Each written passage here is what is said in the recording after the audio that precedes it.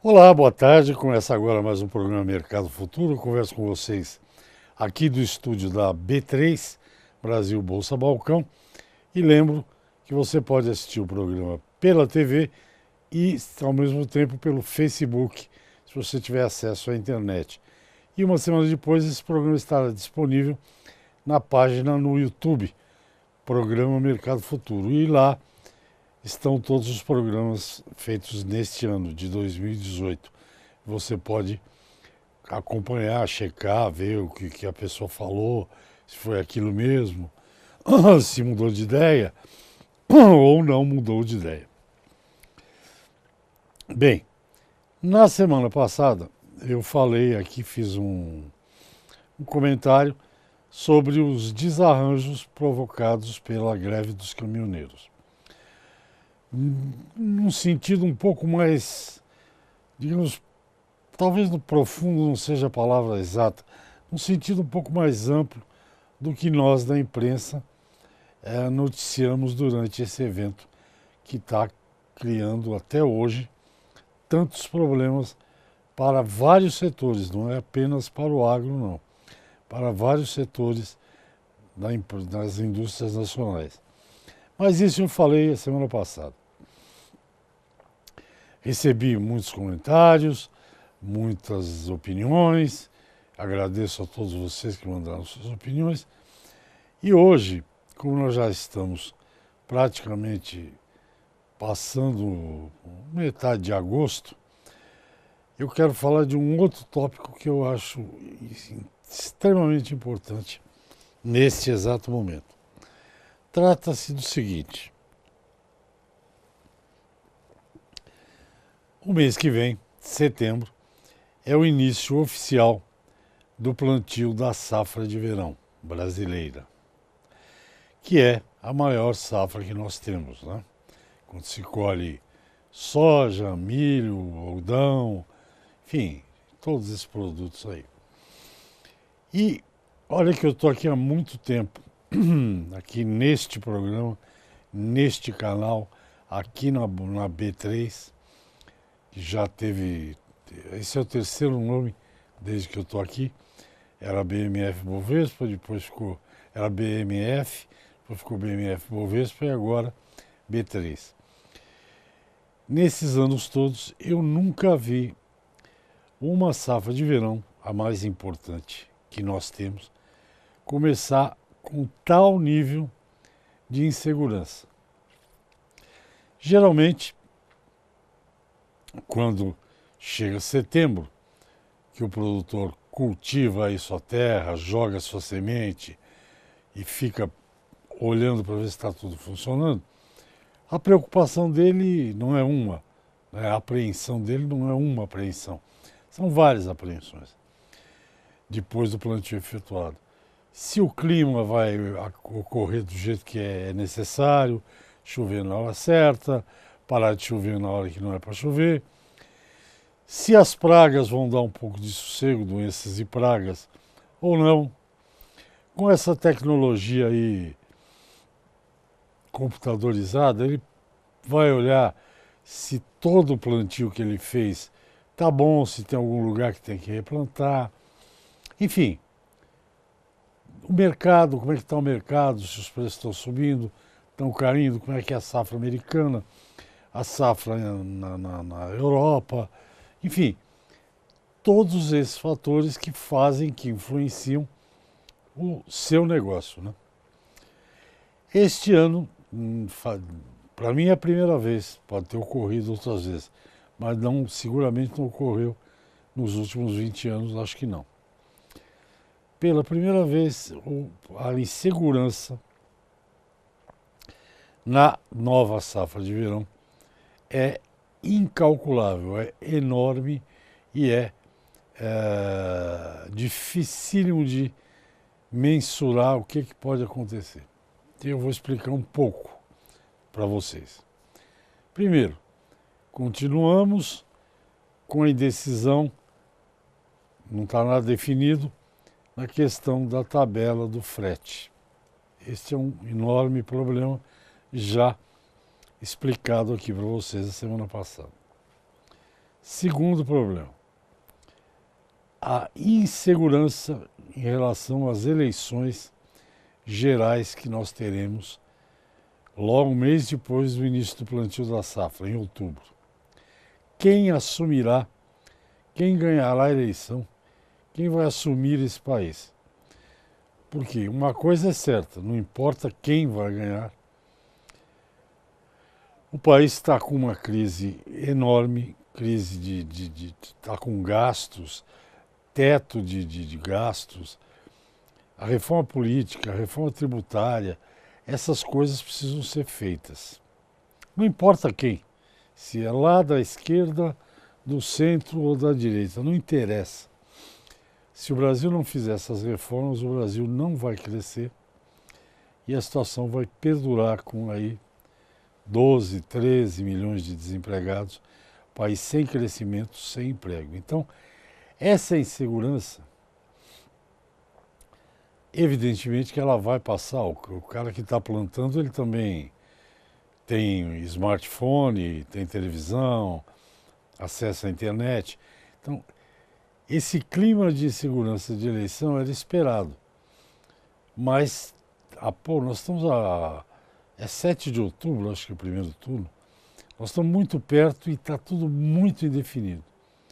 Sabe, não temos lá 2 candidatos que, esses 2 acho que vão para o segundo turno. Não, tá tudo, ninguém sabe. É um jogo de todo mundo com os olhos tapados, numa sala escura e ninguém está vendo nada. Então isso é muito sério e é a safra mais importante do Brasil. Essa dificuldade toda, o que está provocando? Está provocando uma alta volatilidade, seja no preço de ações, seja na desvalorização da moeda e em outras atitudes. Na última semana, eu peguei os jornais e tinha vários balanços de empresas. Segundo trimestre, né? Todas, qualquer setor, turismo, transporte de carga agrícola, porto, enfim, loja de varejo, todos farmacêuticas, todos os balanços publicados, frigoríficos também, todos os balanços publicados indicavam perdas enormes com a paralisação dos caminhoneiros.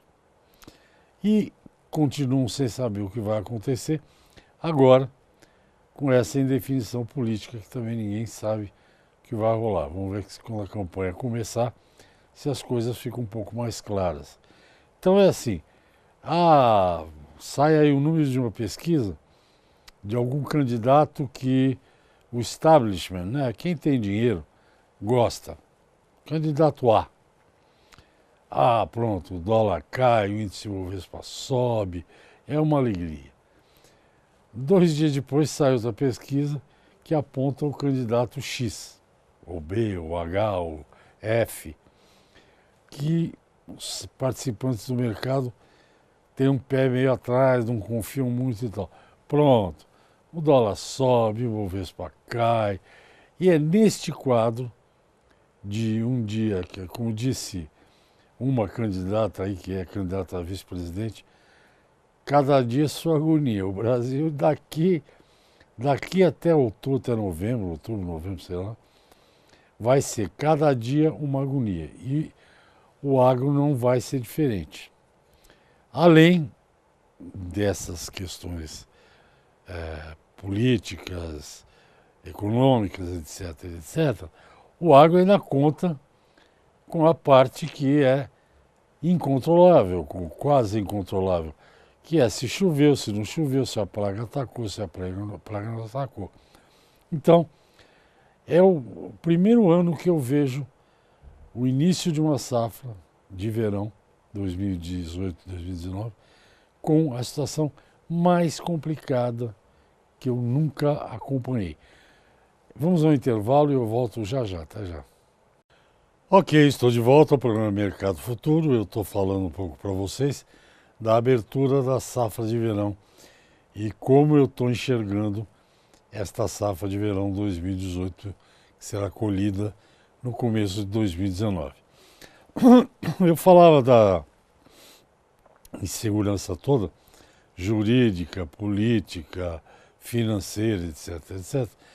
E só para demonstrar ou para você conferir, no começo desta semana, vejam que o dólar chegou quase a R$ 4. Nós vamos ver o preço do dólar como ele estava na última segunda-feira. Olha aí, o dólar está subindo 1,5%.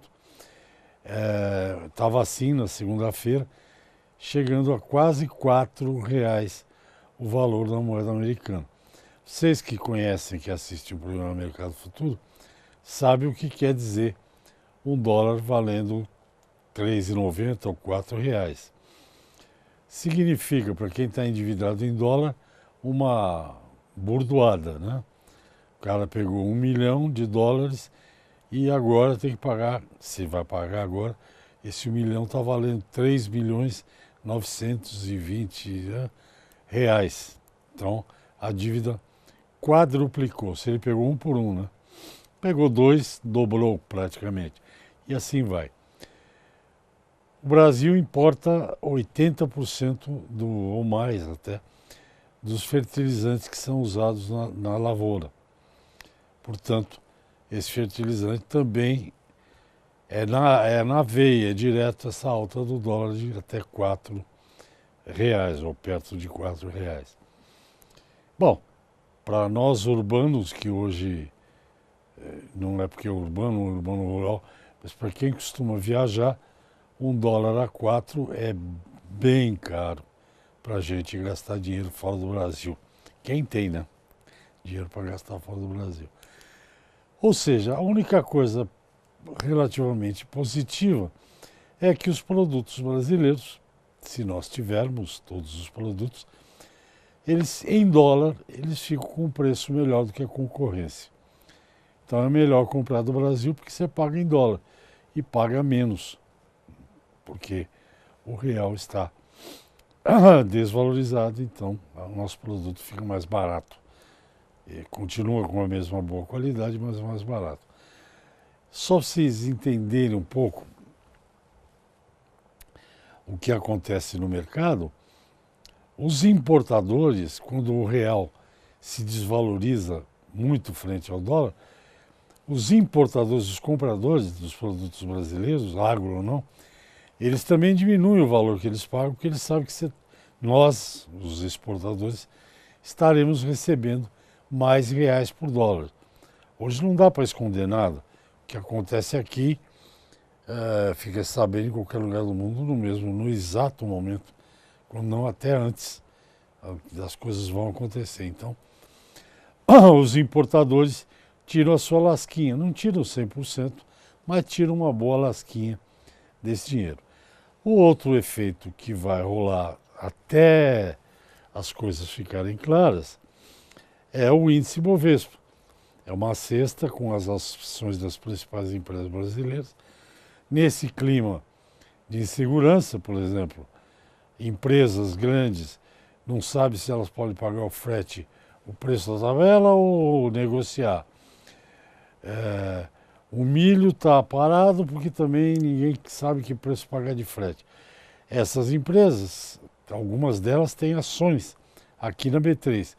E o índice Bovespa varia de acordo com a agonia do dia, com a notícia do dia.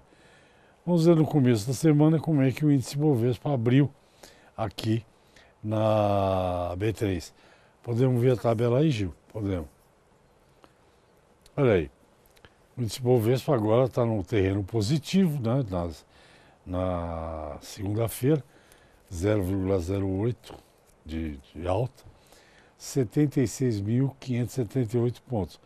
Mas lembra que não muito tempo atrás, ele já chegou a 85 mil pontos, né? Então, essa variação, para quem tem investimento em ação, tem que ter nervos de aço, porque nesse período de incerteza, isso aí é assim, ó, parece um oceano em fúria, sobe e desce ao sabor. do vento, dos números de pesquisa, dos candidatos que falam alguma coisa boa ou alguma coisa que os participantes do mercado entendem como ruim. Então, esse é o clima para você que vai plantar sua safra de verão agora, a partir do mês que vem, em setembro. Tudo indefinido, tudo resolvido, nada decidido, e você vai lá cumprir o seu papel, que é o papel que a agricultura faz. Lembrando que o agricultor brasileiro, o pecuarista, o criador de suínos, o criador de aves, ele quase que eles tomam uma certa distância desses assuntos que eu estou falando aqui, que são as questões políticas e tributárias e financeiras do país. Porque quando você tem uma terra em produção, ou você tem animais, acho que é tão trabalhoso não produzir que o produtor produz. Então ele plantou 2, 3 anos de soja. Esse ano ele tem que fazer rotação. Ele tasca o milho lá. Pode até não usar a melhor receita agronômica, mas ele vai produzir. Pode não produzir uma produtividade muito alta, mas ele vai ter a sua produção. E assim acontece com pecuária, com café, com citricultura, por exemplo. Um pomar de citros, quantos anos leva para você montar um pomar produtivo? São anos, né? O de café, dizem aí 3 anos e meio, 4. Já começa a produzir, mas... Aí, porque um ano você tem uma situação esquisita, complicada, sem certeza alguma, o que você faz? Arranca tudo? Não. É um custo elevado você montar, seja uma cultura perene, como é o caso da laranja e o caso do café, mas uma cultura como cana. Você não vai abandonar um ativo, né, verde, que é vegetal, mas que custa uma fábula para você montar. Então, até por esse motivo, o agronegócio continua produzindo, independente de condições não muito favoráveis. O que, evidentemente, não acontece naquele prédio em forma de pirâmide que nós temos ali na Avenida Paulista, que é a Federação das Indústrias do Estado de São Paulo. Os industriais, agora, então, principalmente agora, congelam tudo. Congelam investimento, com raríssimas exceções. Congelam investimento, congelam contratações, congelam aquisições, congelam tudo. Vamos esperar para saber quem vai ser o próximo presidente, porque aí começa tudo de novo. Então, essa é a situação. Eu vou dar mais um intervalinho. Próximo bloco, vamos ver algumas situações de alguns produtos, como é que estão, algumas commodities importantes para o Brasil. Vamos ao intervalo e eu volto já já. O programa Mercado Futuro é o último bloco do programa e agora eu vou falar para vocês alguma coisa de algumas commodities.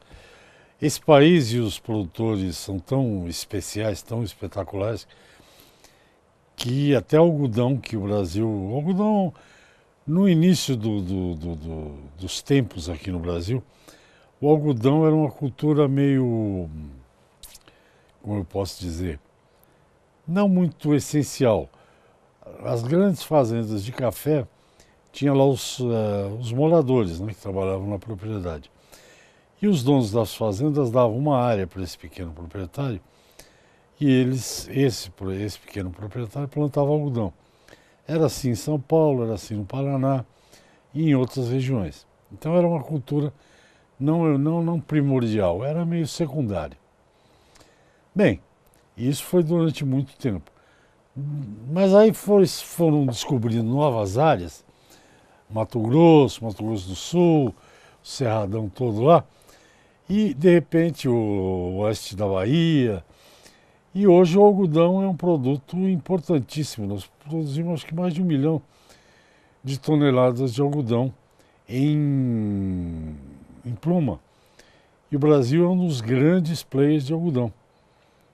Tornou-se, porque virou profissional. O algodão tem o seguinte, é uma cultura cara, ele às vezes exige uma certa uma forte aplicação de produtos químicos, então é um produto que, tanto assim que os investidores no mercado de algodão, no plantio de algodão, eles vendem safras futuras lá adiante, né? Devem estar vendendo já a safra 19-20 ou 18-19, que agora está colhendo a 17-18. E essa que está sendo colhida está provocando uma reviravolta no mercado. Os preços estavam em alta do algodão, mas agora, quando começou a entrada da safra 17-18, os compradores estão fazendo o jogo do mercado, né? Estão comprando o mínimo para deixar entrar mais algodão, porque aí para ver se eles conseguem pagar um preço melhor, mais baixo. Eu tenho um dado aqui que na última semana o indicador CPEA-Esalq, com pagamento em 8 dias, caiu mais 0,25%. E foi para R$ 3,30 a libra-peso. E no Mato Grosso o corretor também disse que os poucos negócios que têm ocorrido lá no Mato Grosso, que é entre 3,20 e 3,25 a libra-peso. O do algodão entregue na porta da fábrica. E isso, a tendência agora para o algodão é essa durante algum tempo. Primeiro porque o Brasil tornou-se também profissional no cultivo do algodão. Segundo que os produtores de algodão brasileiros tinham um, até que eu não me lembro agora o nome, que ele produzia algodão aqui no Brasil e produzia no Sudão. Era um produtor multinacional. E que o algodão é uma cultura de região quente, né? Ele gosta de calor. Então o Brasil, como um grande produtor de algodão, agora ele fica mais exposto aos mercados internacionais, porque o algodão também é uma soft commodity. Bem, então essa é a situação do algodão. Saindo do algodão, trigo. O trigo, conforme eu falei com vocês na semana passada, eu me lembro muito bem disso, está dizendo que estava entrando trigo tanto da Argentina quanto do Paraguai.